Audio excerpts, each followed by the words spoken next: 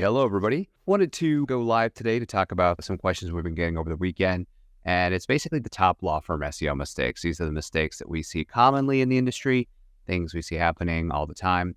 And so just wanted to go over those. And in case you don't know me, my name is Meraz. I'm the founder of Juris Digital. We help law firms sign more of their best and high value cases. So if you've ever wondered why your law firm's website isn't getting the traffic or rankings that you're expecting, AKA the cases that you're looking to sign or that revenue, you're not alone. See, a lot of law firms make common SEO mistakes. And what happens then is it actually hurts their online visibility or even their reputation if you do certain things wrong. So what we want to do is kind of make sure that we're not holding you back from reaching that potential for your firm. And so today we're just going to dive into the top 7 of those mistakes so that we can cover them, make sure that you're well informed and that you can make the appropriate decisions that you need to get the results that your firm deserves. Because as we know, the best cases don't necessarily go to the best lawyers. In a lot of cases, just go to the most well-known attorneys, the ones that might have the best marketing or the most visibility or the clearest message. So let's dive right in and talk about the things that you can do. So the first and foremost, I think the biggest thing that I see is that we know from a lot of different click studies that when people are doing a search, whether that's on Google or Bing, a large percentage of them are skipping over those ads. So what that means is more of the clicks are going to the local pack and then the organic search results. And the number one mistake is neglecting your Google business profile. So if you've seen those local results, that's typically what shows up under the paid ads at the top. And you'll see typically 3 businesses there and sometimes a sponsored listing as well, which is another form of pay-per-click. And those show underneath like the local services ads sometimes as well. But basically that's a free product. So first and foremost, if you don't have a Google business listing, and the easiest way to figure that out is honestly just to Google your law firm name and the city. And if that local panel doesn't show up on the side that has your business name, your address, your phone number, your reviews and photos, you need to take advantage of that. But that information needs to be accurate, needs to be updated, and it needs to be 100% filled out. And while I have plenty of guides on the Juris Digital website and a free local SEO guide that will take you through everything you need to do step by step to optimize it, don't forget the basics. And the basics for me are, again, making sure it's accurate, making sure it's 100% filled out, making sure you're putting your best foot forward, especially when it comes to images and graphics and things like that, but also your category, okay? You have to make sure your primary category is set as your primary business. So if you are a personal injury attorney, you would use that as your primary category instead of law firm or lawyer. So that's going to have kind of like the biggest ranking boost immediately. And then, of course, it's based on prominence and authority and some other factors that you can read about in my guides. Don't miss out on that. Take advantage of it. If you have any questions about that, feel free to put it in the chat. Mistake number 2 is not using the right keywords. So think of keywords as like key witnesses in a trial, right? If they aren't the right ones or if they're too technical, they might confuse search engines and potential clients. So I'm not talking about doing things like keyword stuffing, making sure that your page is really only written for search engines, because that's probably, this is number 2, but it could be number 1, the biggest mistake I see. People hire an agency that doesn't craft a story, that doesn't tell your story, and they're too focused on SEO. And what happens is you start getting more of that traffic and you see those numbers going up on your report month over month, and that looks good. But what's not happening? The phone isn't ringing. You're not getting cases because people aren't reading blocks of text on a website. They're scanning it. I'm taking a look at a website. I'm going boom, boom, boom, boom, boom, and I need to find what I need. And one of the things that we do as a StoryBrand certified agency is really try to clarify that message. Because if you confuse, you lose. Remember, it's not the best attorneys that are getting the best cases right now. Some of the best cases out there go to really crappy law firms or really churn and burn type law firms. And that's not a great customer experience, but just a way of life because they're visible and they have a clear message. So sometimes even if that marketing seems tacky, which also hopefully you can avoid, sometimes it might be better just from a clarity standpoint. So from a keyword perspective, make sure that your website is optimized the way it needs to be to rank. But if you're ranking and not getting conversions, that's a deeper problem we need to focus on and hone your messaging. And so again, your message has to be clear. So many times I go to websites and I'll pick on personal injury again as an example here, but they have the same message. It's like, we'll get you the best result. Okay, what is the best result? They're really not clarifying their message and talking to the clients. Now, the way that you can really hone in on this is if you niched out. Let's say that you are a personal injury firm, but your best case is you're looking at your P&L. You know what? All of our best cases that generated the most money for us were these truck accident cases. And in fact, 80% of our revenue came from that.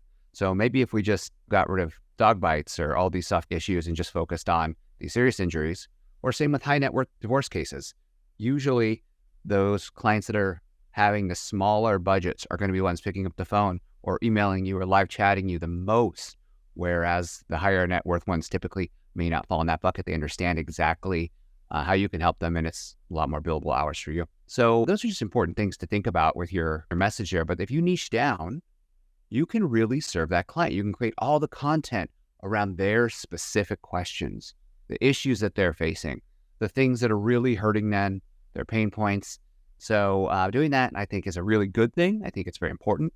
And if you're willing to do that and running your firm like a business, what you should be doing, look at your P&L. Say, hey, where did these best cases come from? What were their sources? What type of clients were they? Let's draft our SEO or marketing strategy around those clients, and then let's adapt our message around them. So then you're creating content around these pages for business owners, perhaps. Maybe that's the demographic you're serving that are high net worth divorce clients, right? So all your messages around there will be geared specifically to them, and you'll come across as the expert, and they'll call you. Again, people are going to do business with who they like, know, or trust. Knowing people is kind of the big thing there. You probably think that everybody should know about you. They don't. Nobody knows about you. I run into that problem all the time. I've been doing this for decades, and it's like, oh, everybody knows who I am. You probably have no idea who I was before watching this video. So it's just the reality of it. You have to constantly be out there. And this is where social media and other things can come in, which we'll cover in other videos. But just be visible where your clients are hanging out. So number 4 is poor website design. How many attorney websites do you go to that look exactly the same? What usually happens, and the reason that this happens, is because they don't do the messaging. They don't have this ideal client profile, their ICP.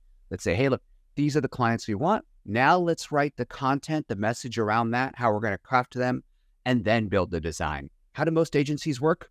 Kind of backwards. What designs do you like? Oh, I like this one and this one and this one. You're not your ideal client. You are not in their shoes. And even though you spend time with them, you have some institutional knowledge that kind of brings you closer to them.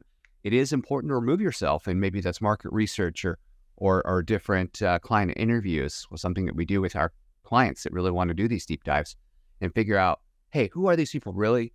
What appeals to them? Let's get the messaging right first, and then let's make a website that makes you stand out, makes you unique. Look at your competitor website. See who's ranking right now. 9 times out of 10, there's no differentiation. They have the exact same message, kind of the same design, the hero pictures with the attorneys, and we get top results and this and that. No way to stand out. To get the business is what I'm really saying here, is you don't actually have to be the best attorney, as we know, even though that is ideal for your clients. You just have to be different. You have to be memorable. You have to stand out. So don't do a poor web design. Obviously, make sure it's mobile friendly, since over 60% of your traffic is likely from mobile users. And then obviously focus on moving that forward. So number 5, online reputation management. People are not paying enough attention to online reviews. What you don't realize is, even if your firm gets a lot of your business through referrals or referral partners right now, at some point in that journey, if they don't take that blind trust, they're going online. They're Googling the attorneys' names, and they're Googling the firm name, and they're looking at reading in the reviews. And so if you have 3-star review everywhere, people are not going to like that. People are going to say, hey, look, maybe there's something wrong. I shouldn't hire this. It's shocking how much trust we put in reviews from people we don't know. But that's the way of the world right now, right? If you go online when you're looking at restaurant reviews and you're making a judgment on, should I go here because all these people I don't know said this thing about this restaurant. So it's the same for attorneys. Google your name, your attorney's names, your firm name, see what ranks. That's kind of that share search, and try to own as much of that real estate as you can. That's another thing we do for our clients, is making sure you have that footprint, that visibility, and the reputation, and focus on those online reviews. Respond to them as they come in. And you know what? You will get negative ones. We all do. What people look for, and that is how you're responding, how you're acknowledging and giving back and responding to that. It really shows how your firm handles tough situations. So that's actually an opportunity for you to really show that, you know what, we care even though we've got this bad review. So from an authoritative position, number 6, this is really around link equity, because at the end of the day, Google was built, if you're not familiar with Google search ranking factors, Google was kind of built on a way of hey, how can I judge the authority of this website? And we all argue today, is it content? Is it links? Is it this site speed? Is it this or that? And we know from the Google algorithm leak and just from our own testing over the years that there's a lot of different factors that Google uses. And a lot of that seems to be based on the leak, based off user interactions, like how much time are people spending on your website? What are they doing once they're on your website, right? So all of that plays together, but the reality is Google was built as a search engine that relies on links, which are votes from other websites linking back to you with anchor text. That's the clickable part of the link. And that going back to your website acts as a vote of authority. It was from a high authoritative website. So if you're doing that and you have a bunch of these from very popular sources, that plays a big role, right? The thing with links is obviously we learned this a long time ago and people have manipulated the hell out of it. So there's a lot of really bad links and people are buying links. They're doing things that are against Google's guidelines, which we don't have to debate the ethics of that. But, people go the wrong way and that can get you penalized, in trouble with Google, out of the search results, tanking your whole SEO. But at the end of the day, what we find is a weakling profile is the number 6 one because people are not getting high authoritative links. It's not about quantity. It really is about quality. And the best links that you get would be from sources that are going to drive real revenue for your company. So we talk to people all the time that are maybe frustrated with their SEO agency, even though we're seeing traffic gains and things like that. They call us up and we say, hey, you know what? This agency actually looks like they're doing a lot of really good things. Sure, you could improve this or this, but it's probably easier for you to just tell them that than to kind of switch and jump from agency to agency. We want to educate you. We want you to understand that difference because that's the big unknown here right now is people sign up for things either because maybe they're cheap or they're promised the world, very common in this industry, unfortunately, but you can't do these things overnight. It takes time. It's an investment and it's going to grow and it's going to compound just like any of your other great investments. So you got to do it the right way. You got to put the right amount of effort in to get there. But when it comes to links, make sure you're focused on authority and getting listed on places that are going to bring you actual revenue. So that might be interviews. Maybe you're interviewed by the news on a specific topic, accident case, or a high profile divorce, things like that. People will see you. They'll like you. They'll understand, hey, if I'm ever in this situation, I know who to call. So number 7, not technically SEO, but it all comes together, right? And that's social media. And what we see is social media is kind of like that town square where reputations are built. And I think a lot of law firms don't take advantage of LinkedIn or Facebook or TikTok or X to engage with potential clients and build authority. People are out there with questions. And if you can be there and respond to them, that's great, right? That's really helpful. But also it's just that people do business who they know, like, or trust, and they're going to see you. Now, the problem with like Facebook, for example, is you're posting and, you're not seeing a lot of likes on your posts. So you're not seeing a lot of comments or interactions, essentially. And that's because, let's say that you have 1,000 followers, less than like 2% or 3% of the people following you are going to see that unless you put budget towards it. So even if it's a small budget, I definitely recommend some sort of daily budget to let those algos learn and figure out, hey, what kind of people like this content? What kind of good leads are going to come from this? And so the best marketing strategies are not usually just, I'm going to go all in on SEO or all in on ads, but rather, your marketing is a stool. There's at least 3 legs and you got to diversify a little bit and then double down on those things that are working very well. And social media is one of those. There is some SEO benefit potentially from that as well, especially if you're posting things that are going to increase site interaction where people are spending more time on your website or they're coming to learn your brand name and then they're Googling your brand name and clicking on your brand name, right? That direct traffic. There's a lot of like benefits that we can't say, hey, look, this is exactly what's happening with this, but does it correlate? Absolutely. Number 8, I think it's like, I'm going to call it share of search or Barnacle SEO. I've talked about this for years. And the problem here is that people get listed, but they're only like worried about their website, right? So if I want to find the best personal injury lawyer, for example, and I want to find that in my city, I might just Google that. I might just say best personal injury lawyer. Don't just pay attention to your website. Pay really close attention to who is showing up there, who is ranking, okay? It's probably not just law firm websites. Today, it might be Forbes, another potential place to get listed if they'll let you, although they're kind of getting tanked right now.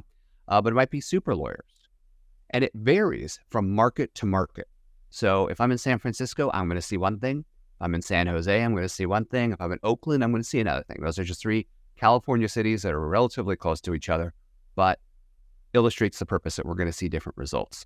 So you need to figure out what keywords are important, going back to that number 2, what keywords are important, and really tying that together with where do I need to be listed, that Barnacle SEO, that share of search. And one last tip on keywords. People also really miss the boat when it comes to keywords, and a lot of that is rooted in old school SEO tactics where it used to be like, well, look, I'm going to rank for car accident lawyer in this market. That's cool, but how many different ways people search for car accident lawyer? There's thousands, maybe a lot more than that. So not that you can track all those, but you should track a good variety of them, because that's what's going to paint that full picture of share of search, not only for your website, but for these other Barnacle websites or the share search, that are going to rank for these keywords. So that's important. And here's just a little bonus tip. The way that I see SEO is it's like Google is kind of presenting what they viewed your site as. Maybe that was 3 months ago, okay? And so what we see common is people go big on a strategy, and let's say it's creating content or accident blogs or rewriting news, and it works for a while, especially with the low barrier to entry these days with AI tools like ChatGPT. Creating content seems like, hey, I should be able to do that and do it cheap. But remember, quality is very important. And what happens is people might put a lot of this junk on their website, and it's working, and then it's not because they ignored the technical SEO part of it. And that's just a big thing that happens, and it happens over time. You kind of need a rehaul or an overhaul of your website pretty often, at least once a year. And by overhaul, I don't mean like a redesign or any of that. What I mean is the technical perspective, and preferably more often than that, where you're getting rid of content that isn't producing results, okay? It's just like in your business. Are you going to keep paying for a tool that's not giving you some sort of financial outcome or progress to one of your goals? No, you're going to get rid of it. And the problem with SEO is that if you're doing this and you're adding a bunch of content and it's kind of at a lower quality than everything else that's been out there, and then that means that it's ranking, but nobody's clicking on it, or it means that people are clicking on it, but they're not spending time on the website because it's not really that helpful or informative, your whole site quality starts going down, and before you know it, you lose rankings for a lot of keywords. So technical SEO, pruning content audits, it's important. And I think the other problem with that in general is people are relying on the same tools. They're expecting this automated report that just says fix this, this, and this. And I wish it were that easy. And in some cases it can be, but in most cases, especially in such a competitive field, we need to do things not only exceptionally, we need to do different things than everyone else, in the sense that we're competing. There's so much money in this field. So many people are investing in legal marketing that it would be a lot easier to rank as a pool cleaner than it would be for a personal injury lawyer in Los Angeles. So if Google's using hundreds of different ranking factors, we then need to focus on the ones that are going to drive the biggest return, right? And with that, we also need to win in more ways, okay? So maybe we can't catch up because we don't have the budget to get these links or buy this content or do this PR outreach because we're a smaller firm and we haven't gone to that level yet. We don't have that level of investment. So instead, I'm going to win on these other areas. I'm really going to win on my messaging. I'm really going to win on the right keywords. I'm really going to win on having the best content and just doing things exceptionally. As I reflect kind of on my years of doing all this, the one regret that no law firm owner ever has is investing in SEO when they do it exceptionally, when they do it right. So I think that's super important. And kind of what I'm going to end with here on this tip is don't just take shortcuts. Don't do it to do it. Do it the right way. Do it the best way. Because once you're ahead of everybody else, it's a lot easier to stay up there. Okay. The hard part is fighting your way tooth and nail, clawing up. But once you're there, it doesn't mean stop. It means, hey, we can put in this amount of effort now and continue to grow. So SEO, search engine optimization, is an investment. It's an investment in your future, your firm's future. And if you have SEO questions, feel free to bring them to me. A large part of why I do these videos and record so much and write so much content is because there's so much bad information out there. And I believe in ethical search engine optimization. which is why my actual company name is Ethical SEO Consulting, but we do business as Juris Digital. So anyway, if you need any SEO help or questions, feel free to reach out, comment on the video. I'll get back to you. Shoot me an email, cmeraz@jurisdigital.com, or give us a call at Juris Digital, www.jurisdigital.com. Please make sure to like and subscribe to the video so that I can keep on creating more of these. I appreciate your help. Cheers.